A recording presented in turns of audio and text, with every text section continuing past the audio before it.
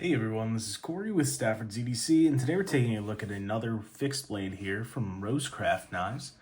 Rosecraft blades, I should say. This is one of their new additions. They have 4 of these fixed blades that are now out and available. Coming in with Kydex sheath and multiple mounting options with this attachment here. I don't know what the technical name for this is. Just universal mount Kydex sheath is what they call it. But it has this push button retention. I've heard these referred to sometimes as molly attachments, but I don't know enough to speak fully on those. Kydex is nice, has a nice drain hole, and has pretty good fitment on the knife. Not a super positive snap or anything on either the engagement or deployment of the knife, but it is nice and steady in there. Not hearing really any wiggling or rattling, which is always nice. Retention does feel pretty good. As for the knife itself, you are looking at a OD green G10 handle, red G10 liners. The handle length is 4.2 inches, an overall length of 8.25 inch, so you have a 4-inch blade. This is 1095 carbon steel, has a nice coating on it, some pretty purposeful jimping, both here on the thumb ramp, a little further up, and then, of course, if you want to work with the tip, they have some jimping up there as well. The handle of this is very comfortable, as was the other Rosecraft fixed blade that I've had the chance to look at so far. And I imagine the other 2 that I will get a chance to see down the line will also be nice and comfortable in hand.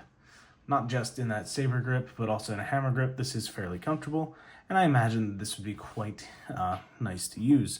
Everything's rounded nicely with no sharp corners or edges, including this area here at the base of the blade. Nothing sharp there that's bothering you. Same with down here. Apologies if you hear some noise. The dog's just got a crunchy toy in the background, so you'll have to forgive me for that. At 5.7 ounces, this is not super heavy. You know, the blade stock thickness is not super crazy thick, but it's plenty thick to do outdoor type work. I certainly think that most people who are purchasing a knife like this will absolutely have no issues in terms of the build quality or the way that this knife overall is built.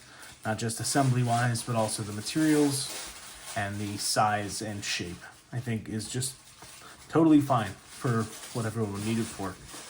You can see the Rosecraft logo here at the base of the blade.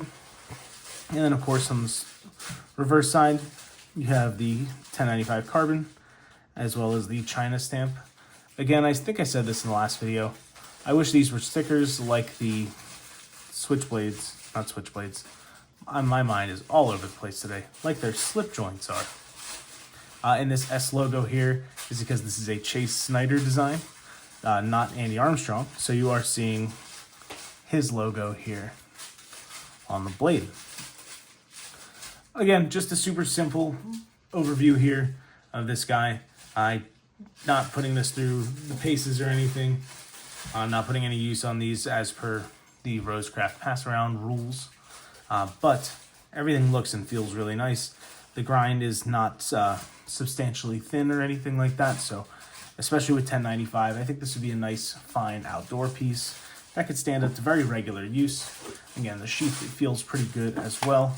Nice fitment, no rattle, which is always very nice to see and hear. And again, super comfortable in hand. So I imagine that this would be a nice home run for a lot of people. And of course, this is nice and affordable, coming in at $61.99 on the Rosecraft website. So I want to thank you guys for watching. Hope you enjoyed taking a quick look at the Rosecraft F1 fixed blade. If you have any questions, feel free to drop them down below, and definitely check out Rosecraft's website for additional information, as well as all their other knives. Thanks again for watching. Have a great rest of your day, and take care.